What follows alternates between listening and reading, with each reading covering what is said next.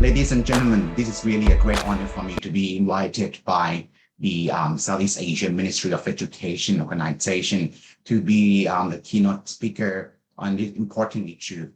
In particular for this event, we are focusing on educational institutions in Southeast Asia, where you work pretty much in the new way of working, the new environment, as we face changes in educational setting. Okay, my name is Nat, and I am an associate professor in business, in particular in international business and social issues in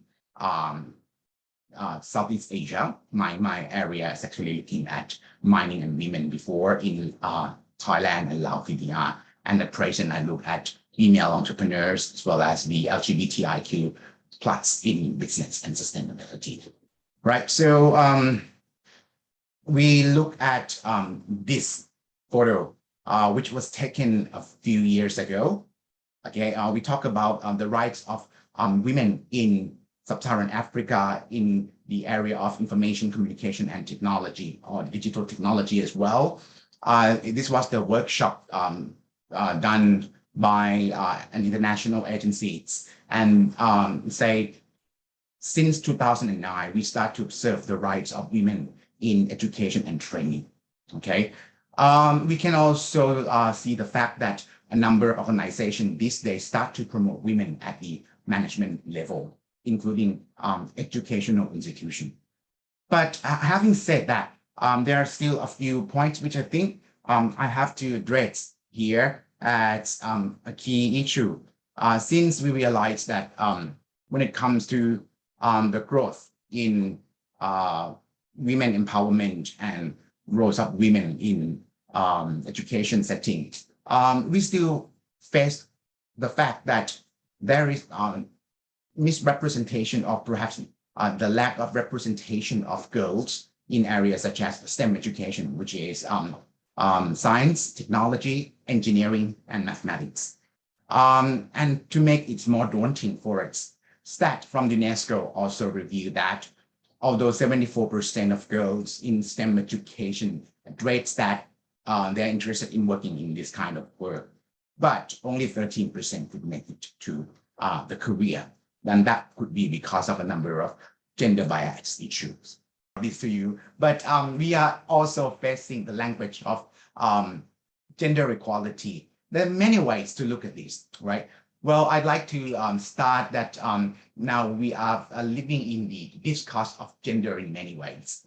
The discourse of gender that really seems to be quite a thick cover for current climate is the language or the discourse of access and equity. Sorry. If you look at the UNDP Declaration of Education Rights, the aim is all about access, because the inequality among men and women or girls and boys at school can really influence achievement in education and academic, right? As well as poor access to modern knowledge and education.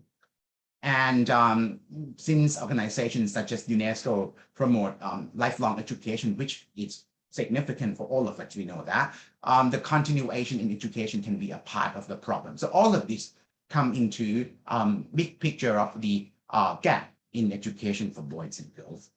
If you look at the so-called Sustainable Development Goals on gender equality, for target 5, I think there are 6 sub-targets, right? You'll find issues such as the discrimination against women and girls, which can be solved by rules and regulation, violence against them, elimination of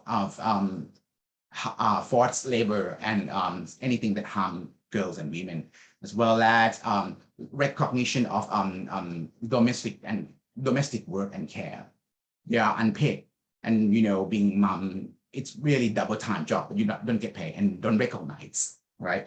And access to reproductive health and rights. Well, all of these, if you look at the discourse of global language on equality in education, I see 3 aspects come from that. First, we need to promote inclusion in social policies. that lead girls to be able to choose and design what they want to study. So it should come from the student in terms of what I need rather than from the parents or society tell them that you should be an engineer because it's an engineer. We feel this, and there are some gender specific kind of education that not a lot of educators understand that they play this part, and they might misguide girls or boys into the inequality in education. For example, girls were told to do something of soft, homely kind of feminine work. So women in areas such as STEM can be quite limited in some part of the world. Respect and recognition for women and their contribution. Women contribute a lot in terms of, as I mentioned, domestic work, care work, as well as being the consultant and, those who really listen to the family members. So that has to be recognized in any way. And the last one is opportunity for them to get access in profession, in resources. To me, resources is important. And working in my previous project, I found that the lack of opportunity for girls to go into the direction that they need can be really the main for the higher level of gender inequality among men and women in the future. Well, allow me to put one story into this presentation. I sort of introduce myself to you informally that apart from working at the university in Thailand, at Mahidol University College of Management, I also play a part of the a member of the National Committee on Gender Equality. So we look after these kind of issues. And I learned a lot from this work. Let's say in the last nearly 3 years of my, actually it's over 3 years now, of my position in this team, I realized that nearly 60% of the cases on gender inequality occur in educational settings, such as school or university.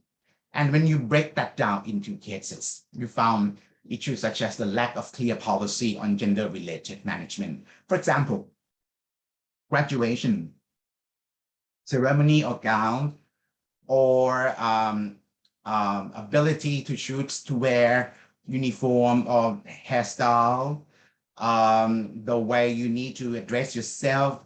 All of these are very superficial in some part of the world, but it became unclear. And if you imagine, if you were 17 years old, freshman at university, in your year one, you feel you have this ability to express yourself, but the first day go to uni, your teacher said you can't dress this way because you're a woman, you can't wear pants, for example. It keeps happening over and over again, to the point that by the end of year one, that person may decide to leave the university. And that happens, and we work on this, all right? Second is on verbal and physical violence. We don't see much of physical at this level, which again, this is still one good part. Still, it's not good, but it's better that verbal tend to be much more prevalent than physical. In fact, all of this should be eliminated. It happens because of the difference in power and stages. For example, school directors and the new teachers who need to be successful in the appraisal, but because of the contrasts on appearance and identity, that can really create to being sacked by the director, or saying something nasty on and on, using verbal abuse to make sure that a person with gender diversity would feel inadequate enough to stay in the place. And the third point in terms of issues, I found inability to change, because it takes times and also perhaps a lot of effort for organization in the government sectors.